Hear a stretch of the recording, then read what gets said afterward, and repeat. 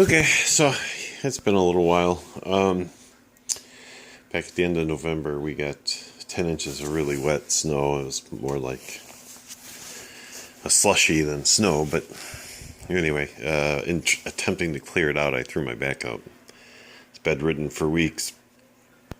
And as a result, the next following weeks were spent getting my back in order.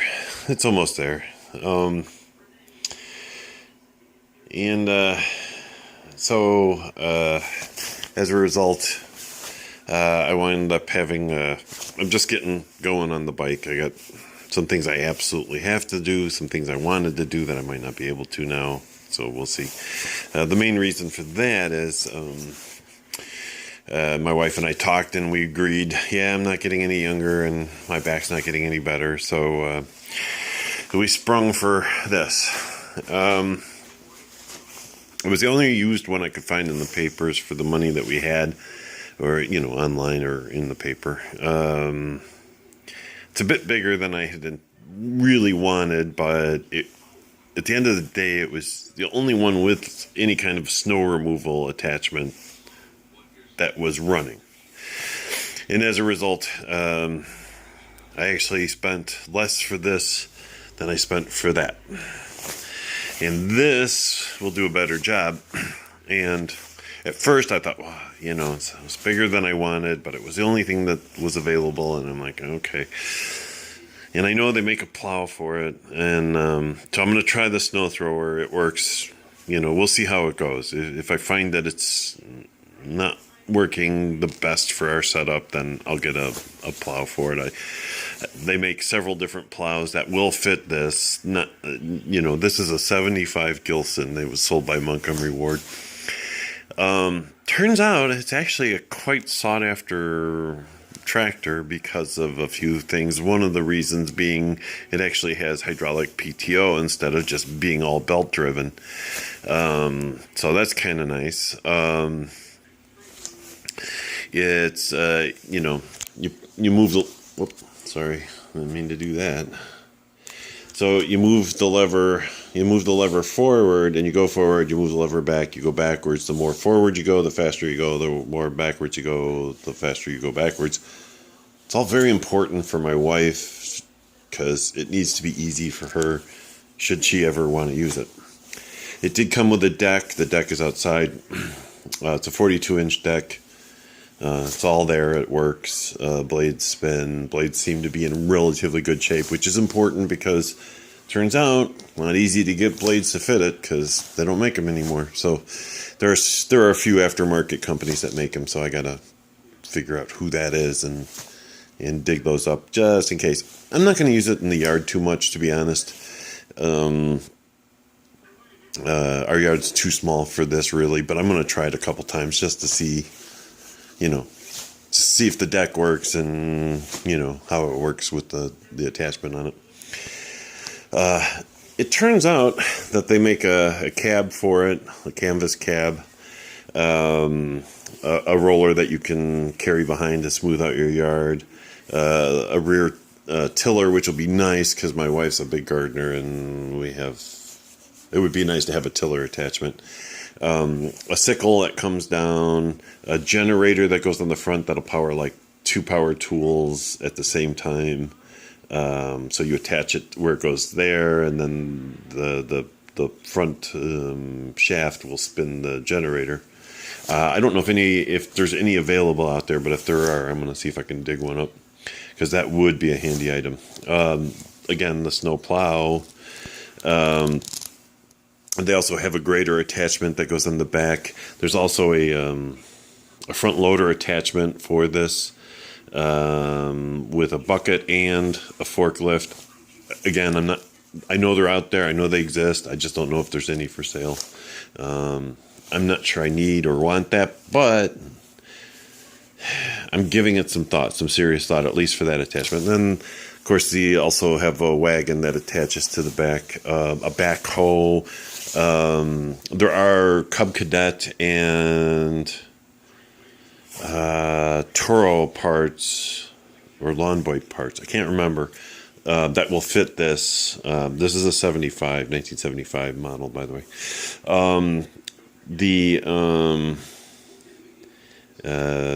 Gilson was sold on its own, and then Montgomery Ward bought them and sold them for many years, and then they were sold to, I think, Toro, and then eventually Lawn Boy, or I might have that reversed, but and then they just don't make them anymore. But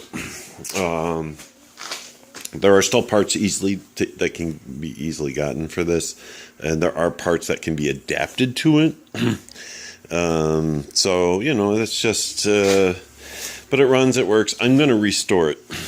Because as it turns out, now when I went to buy this, they said, the ad said, 36-inch snow thrower. And it looked, but when I got there and realized that that's actually a 42-inch snow thrower, and this is a much bigger riding mower than I really need, I hesitated, but at the end of the day, I needed something because I can't throw my back out anymore. I still need this for the sidewalks. I still need the shovel for the deck, but a certain amount of money went into this. Now, on top of this, my wife and I also have decided to spend some money on our hobby. Something we weren't going to do initially, but a friend put up for sale a couple of items that we just couldn't pass on. We won't get them until we get our tax return money. That's what we're going to use that for. But basically, I bought a 26, a Glock 26 and a Glock 19. We've shot these before with our friend at the firing range. He's brought them and we've shot them. They're basically brand new. He didn't use them too much, but he wants to get away from Glock and go with something else. The Glock 26 is a baby Glock. The Glock 19, they're both 9mm. They both come with holsters, concealed carry holsters, which is great because I'm going to do the concealed carry. My wife is not sure yet. And they come with a 10-round clip, extra 10-round clip, and blah, blah, blah. So there's a lot of ups and extras that they're coming with it that we're getting at a really good price. So we just couldn't pass it up. Although those will be another couple weeks yet on those. So as a result, less money for my baby, but there are some things I have to do to it. Front fork seals, new rear shocks to bring it up to a stock height, because these shorty shocks have lowered it to the point where I feel that the handling's compromised.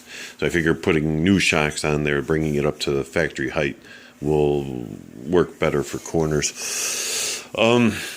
Back to this. I'm going to restore this. I am going to video it, but I'm going to set up a separate channel for this. I want my main channel to be about the bike and not this. One of the biggest problems with this is this, and the gun money we used for the guns was actually going to go towards getting me a 90s 750, something bigger, something that I could ride my wife and my daughter on comfortably. It's going to have to go on the back burner for now. And actually restoring this, it's not a big deal. It's mostly just paint and a few bolts. The electrical system does not charge. I may have to get put in for a voltage regulator rectifier, but on these they're pretty cheap, unlike this, which cost me $100. So we'll see how it goes. But this definitely. New front fork seals. I have I've had it for a while, but I have a front strut for this that I want to mount to help with the steering. So I've got to get somebody to weld a bracket on the frame. I think I might have Godfrey do that. If I'm going to pay somebody, I might as well pay him. I know his work, and I'm going to be happy with it. I found some pods that will help with because right now when I get a cross breeze going this way, the RPMs drop, and it's because these need to have something on them and not let the wind get in there. So I've got some new pods that I found. They're kind of pricey because they're K&N, so we'll see. That might be something I do over the summer. Like I said, I'm going to raise the rear. I got to repaint the tank for sure. I wanted to repaint the frame, but that may have to wait. I got to clean the chain. I got to take the valve cover off and adjust the valves. The reason I'm doing that rather than just taking these off and adjusting them there is I also want to check the cam chain tensioner just to make sure it's okay. I see them weeping around the head gasket a little bit. I'm going to see if I can just torque those bolts down just a little bit and maybe buy me some time so I don't have to take that off and replace the head gasket. Because it is, like I said, it is weeping a little bit here. Not a big deal, but the gasket right here needs to be replaced, and I'm going to try and avoid that until next year if I can. Let's see if I can do it next year. I'd like to get a new can, something shorter. I wanted a Yoshimura exhaust, but the money for that went to that, so that's going to have to wait. I need a new battery. I want to get a sealed battery instead of this lead acid battery.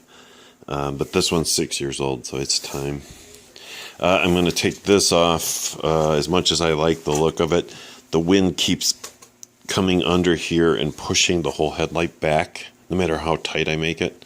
So I'm tired of readjusting it, and the few times I rode at night, this was a problem. So this is coming off, and for now at least, I'm just going to take it off and just see if maybe I can come up with something better.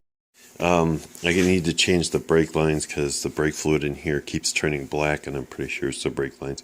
I'd like to go braided just for the extra firmness. Again, I don't use the front brakes except in the garage when I'm moving it around or out, and if I'm in a tight corner, tight area, I need to move it around. But I don't want the oil getting all black because of the lines. So that's something I'm going to probably address. And a few other odds and ends here and there. But those are the bigger items. So for now, that's all I've got. It'll be another month or so before I start working on this, but I'll put up some videos at that point. I took the tank off and I played around with some things, but I haven't really done anything major, but that's why the tank's kind of cockeyed and whatever. So short of that, that's what's going on. So hope everybody had a happy holiday and a happy new year, and everything's going well for you. Right now, things are okay for us. We're doing okay, so we'll see how it goes. Anyway, that's it for now. Talk to you later. Bye.